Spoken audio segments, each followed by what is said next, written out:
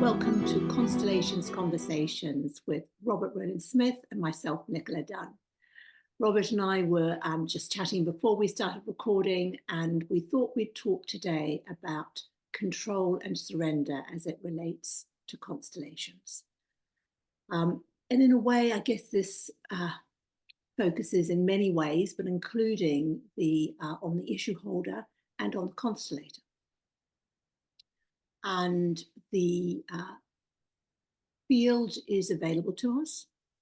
And yet, if we choose to control things, we can bottleneck the process and our own responses. I'm wondering if you found something similar, Robert. Yes, and actually, you mentioned the constellation, the issue holder. I also thought for the representative, of course, by definition, they're in a mode of surrender, really, more than anything else. And when they do try to control the representation, it doesn't work, really. So to represent is to surrender, really, in some ways. And in a way, the whole of Constellations is predicated on the surrendering of people to the representation. Can't really have a constellation without that, actually. And in a way, I suppose we're talking about the whole trajectory from a point, perhaps for everybody, of a little apprehension, perhaps some nervousness, some fear, some anxiety, through the whole arc to a place of whatever degree of surrender is possible. Oh. And that can be quite a journey. Yeah, that's true. I was also thinking that both of these words in different ways have become a bit zeitgeisty. So the word control is a bit more so, perhaps, has been around a bit longer, particularly when combined with the word freak, the control freak. So that's a common phrase these days to describe somebody as a control freak. It's probably fading away relative to things like narcissist, which is now bandied around absolutely everywhere. But control freak is a very common phrase. And I think the word surrender is actually a bit like the word manifest, is probably becoming a bit more prominent in the world as well, just to surrender, particularly in the more in the communities which are interested in meditation, in more quote unquote new age practices, people who practice gratitude as well, people interested in the moon and astrology and things like that. So the word surrender, I think, has also gained a bit of currency as well, in terms of limiting the ego, not trying to control things, giving oneself up to the wisdom of the universe, I think. So both of them are a bit nasty, aren't they? They are. And also, on the other hand, there is a degree of self-control that is required, as you would say, for example, with representation, that it isn't about the individual and their own past history who's representing. They're there in the service of the issue holder or seeker. So there is some element of a frame and an edge around something in service. Yeah. And perhaps a little bit with the issue holder or seeker as well, in the sense that they do need to perhaps synthesize their wish or intention. There's a lot of information they have about the issue, but of course this could almost drown or submerge the representatives, the holding circle, if it was allowed to continue, for let's say 60 minutes. So there would not necessarily be any space left for this new information to emerge. So it's not about capturing the holding circle. It's more about giving the information that is essential, perhaps helpful and necessary. It's very interesting. I wonder if we could concentrate what you've just said there also on the opening conversation, right from the beginning, actually, of a constellation, although we've debated earlier when the beginning of a constellation actually is, and I think it is open to debate. But at that point where in a classic constellation, at least, the issue holder comes to sit next to us as the constellator, there is, in fact, an odd coming together of both control and surrender, so that you've got somebody sitting there controlling the narrative, and actually often they come with a very developed sense of what's gone on in their life and what's wrong, and an analysis of it and terminology to go with it, and sometimes quite sophisticated psychotherapeutic terminology, and they will describe people in this way or that. In fact, at a recent constellation, I had a issue holder who was very like that, gave a very articulate, theorized, worked through presentation of their issue, which was really to do with one of their children. And in that sense, it was highly controlled, you know, that they arrived with control. And what I think one of the things we do as constellators is not directly challenge that control, but to take their narrative as nothing more than a narrative.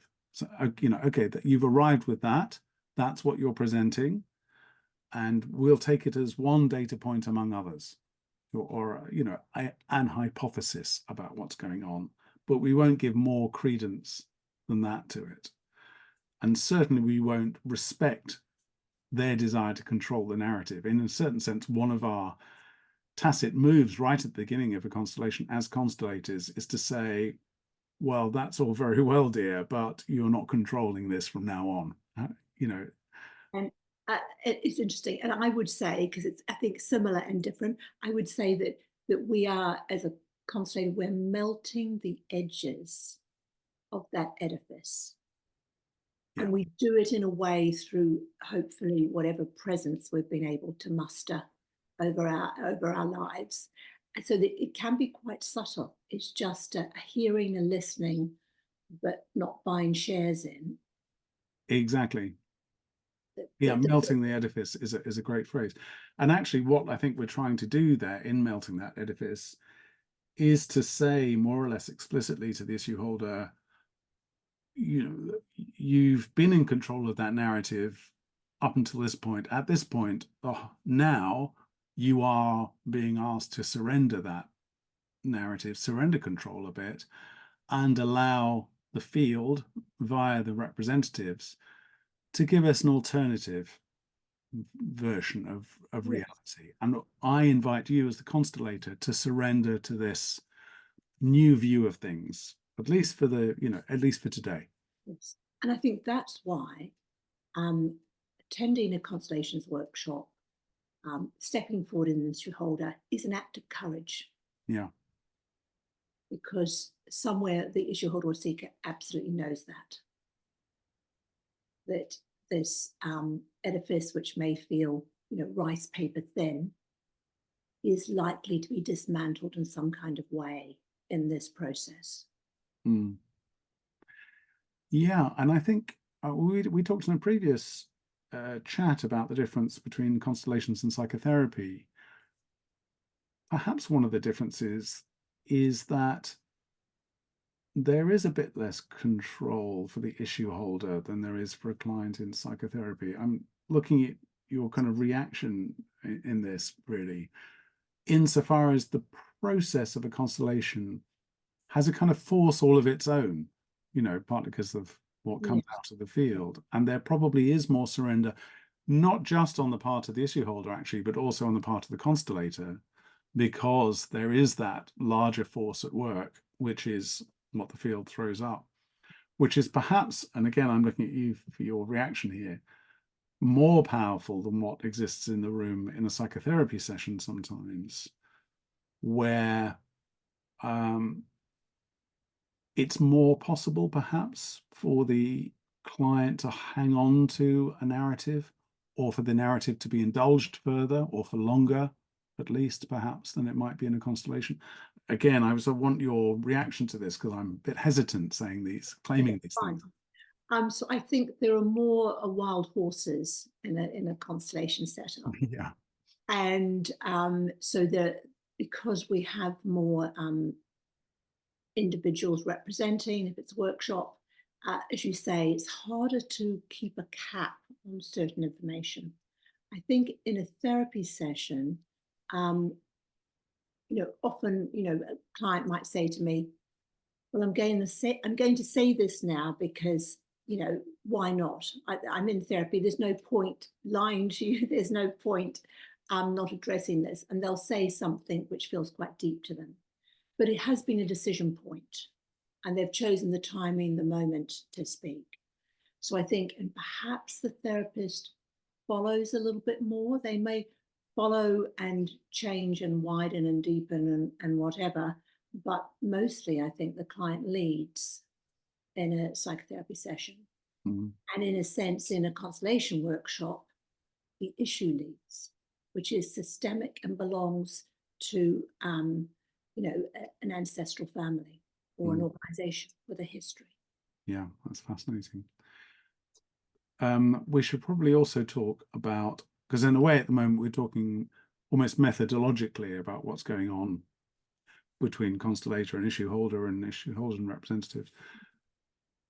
If we kind of take it down into the level of people's lives and how control and surrender manifest in different ways, I think it's often the case that issues arise because people are trying to control things. So think of the most recent constellation I did, earlier this week, and a woman talking about her son, and although he has grown up, wanting very much to control his life in various ways, out of care, not just out of control freakery, although with with a little hint of control freakery. But the intention was a benign one, wanting his life to go well, but not just to go well, but to go in accordance with her own view of how it should go, right down to, where he should live, which woman he should date, kind of job he should do, and so on.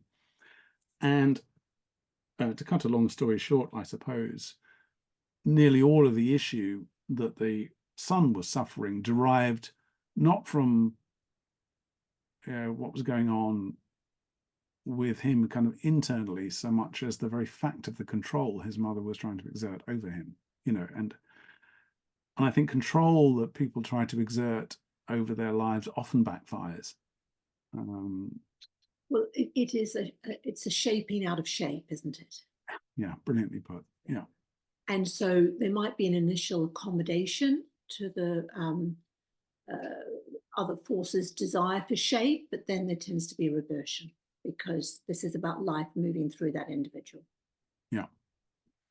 Well, that's a great way of putting it, because it also suggests the value of letting go or surrender in this case, and letting the other person thrive. And I think in constellations that's particularly pertinent when applied generationally, and particularly from parents to children, because there has to be that point of letting the child go or letting the child thrive and become different in some way, and to exceed the control of the parents in some way or elude it in some way. And of course, the fear is that they won't thrive. Exactly. But there is also a learning in that for the individual involved. If there's a stumble, there's a learning. Yeah. And I think systemically, it can be difficult for parents in particular because of the fear that the child won't thrive.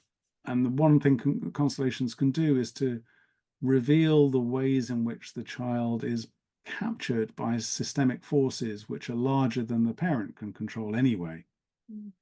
And we've both seen, often probably, the way in which the youngest members of a family system, children, even grown-up children, will often unconsciously be acting out or adhering to a set of precepts or forces that were in place even before their parents were around.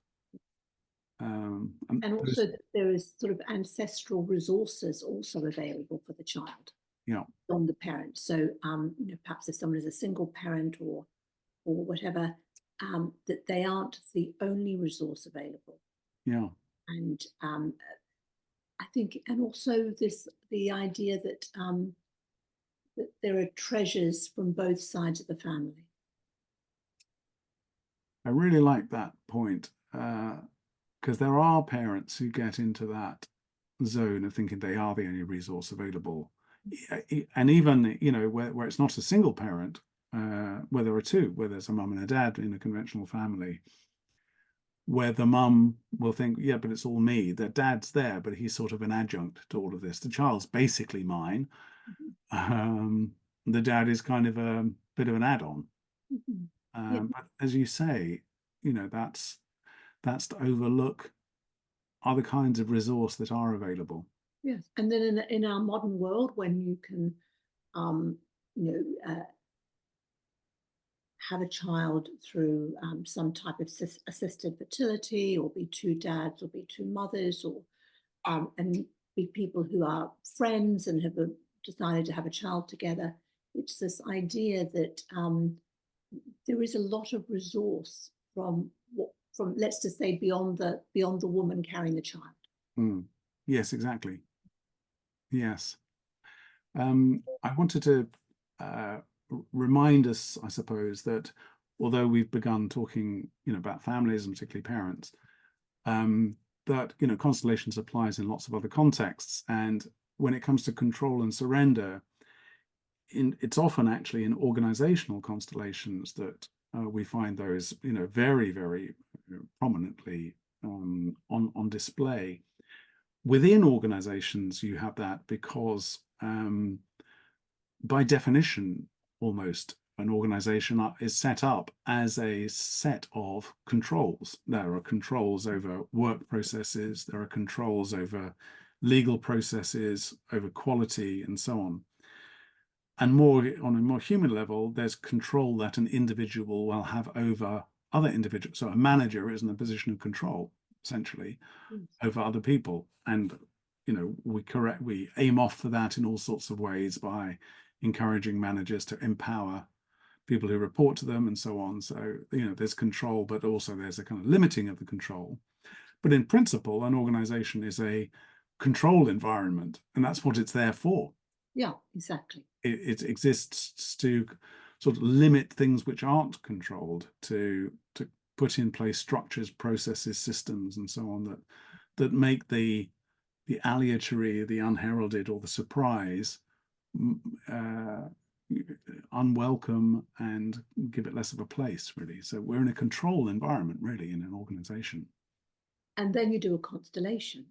Yeah, exactly. And you see a lot more. Exactly. And I was thinking specifically, actually, of orders as they relate to organizations.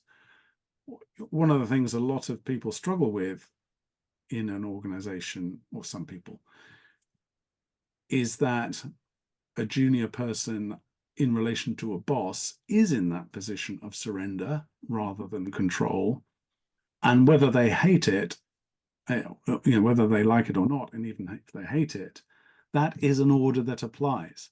And getting a representative of an issue holder to say, you know, you're my boss, can result in all sorts of, you know, allergic reactions. You know, it brings out the heebie-jeebies, really. And I don't want to say it.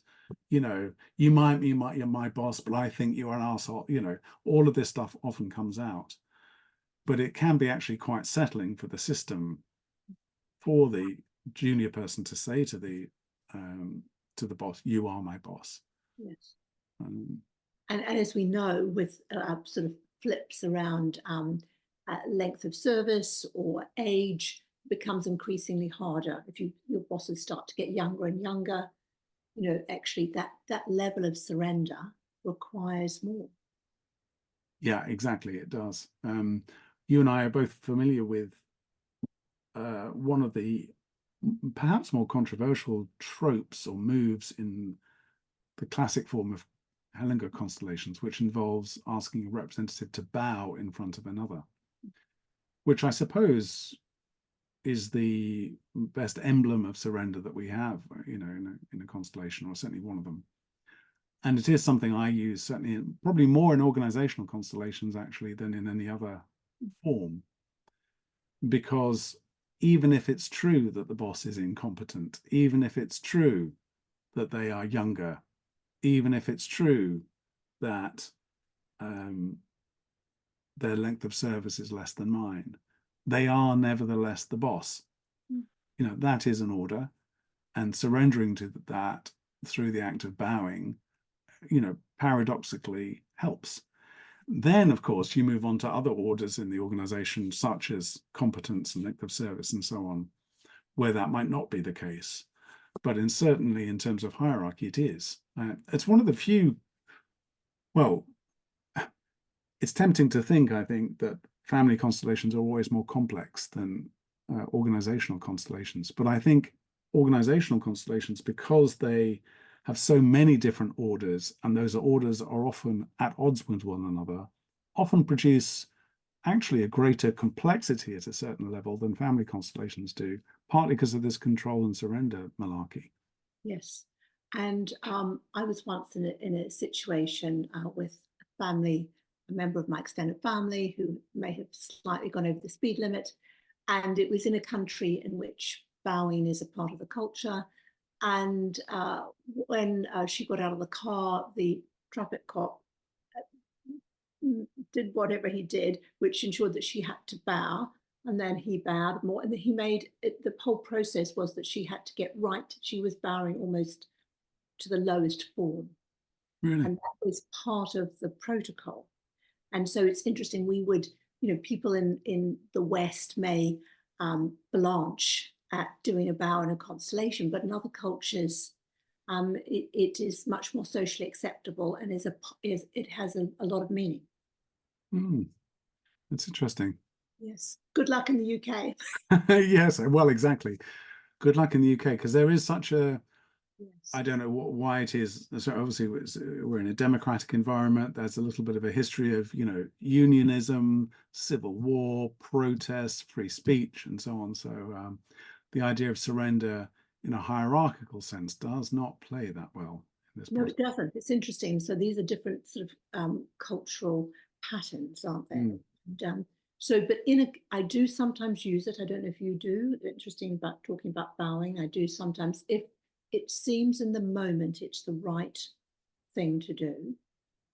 I don't do it as a trope or continually, but sometimes there is a moment when the physicality of it is somehow supports something, supports an opening. Yeah. I once had ran a constellation it was a long time ago, for a woman who was essentially looking for love. We used that as the title of a previous conversation that we've had. And the essential issue really was that she wanted a male partner, but didn't respect men. And this was the problem. And we worked on it. And at one point, almost out of desperation, actually, I brought in the figure of love. And I asked the issue holder's representative to bow to the figure of love, to surrender. And I think I even gave her the words, I surrender. And she just wouldn't. And I think it's the only time ever I've experienced that even with a representative for love, there was no surrender or melting, to use your word from earlier, on the part of the issue holder's representative. I was really struck by it, taken aback by it, and a bit shocked, to be honest. And we eventually we went on and looked at other things that lay behind all of that, but that was quite striking, because normally if you bring in the big guns in a constellation like love or death or life, the life force, occasionally we reach for these existential figures. Surrender seems to follow in its very healing, but not in all cases. And that's interesting, isn't it? So we could hypothesize that surrender is perhaps only possible if pain has already been able to have a place, to have a space, a possibility of integration. So I can understand an individual not wanting to surrender of love to love if what has presented itself as love has actually been incredibly bruising and painful. Yeah.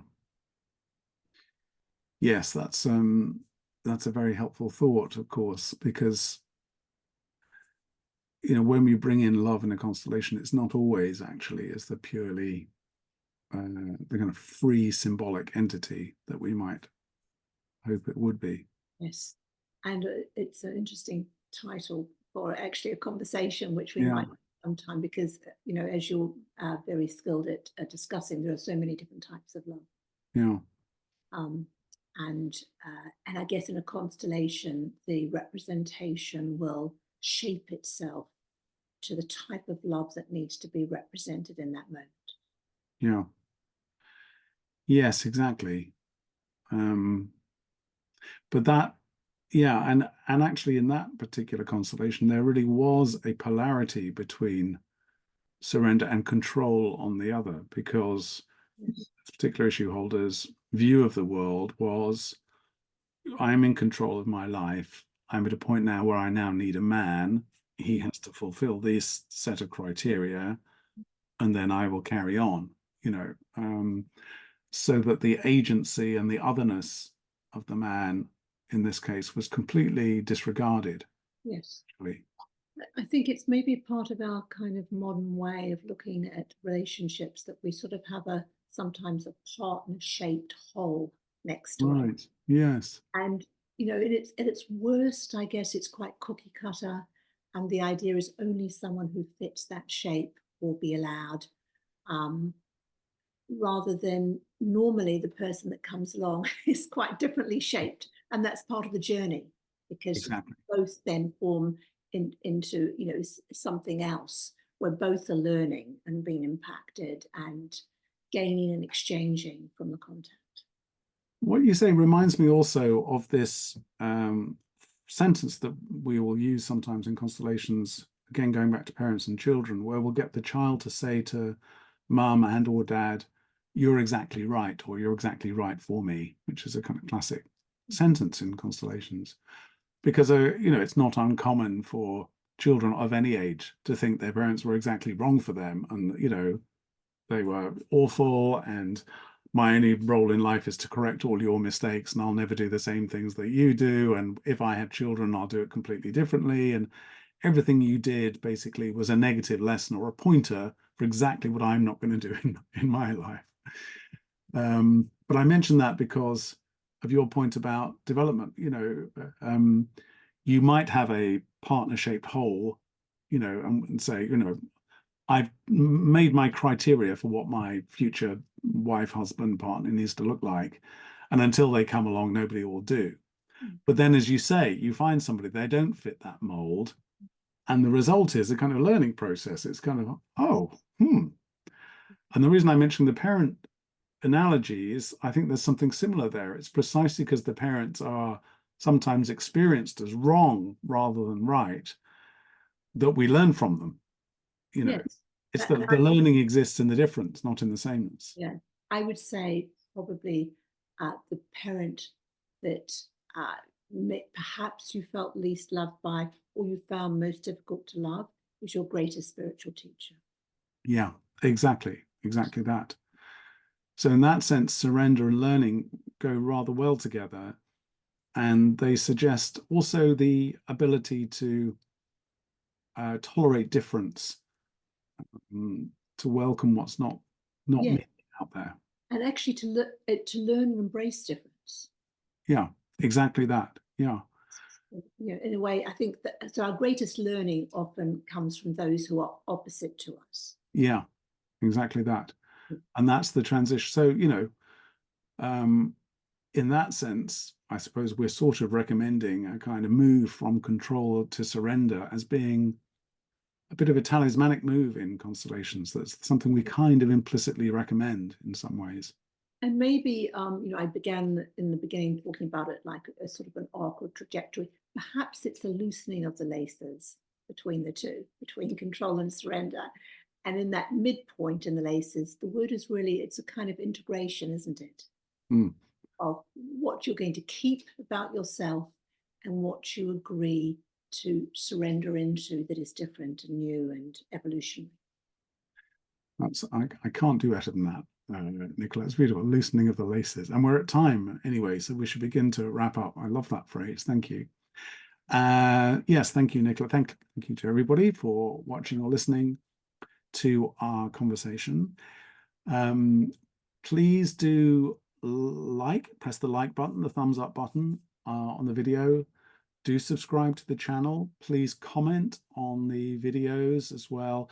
And actually on the videos, you know, Nicola and I are like Constellations DJs in that we will take requests for yes, that's true. topics. So do please suggest questions or themes that we might try to explore a bit in our conversations. And do follow up with Nicola if you're interested in doing constellations with her. She has a psychotherapy practice. She also trains in constellations, does events, and so on. And the best way to do that is to check out her website, nicoladunnconstellations.com. Similarly with me, robertrowlandsmith.com. And we look forward to seeing you next time. Thank you.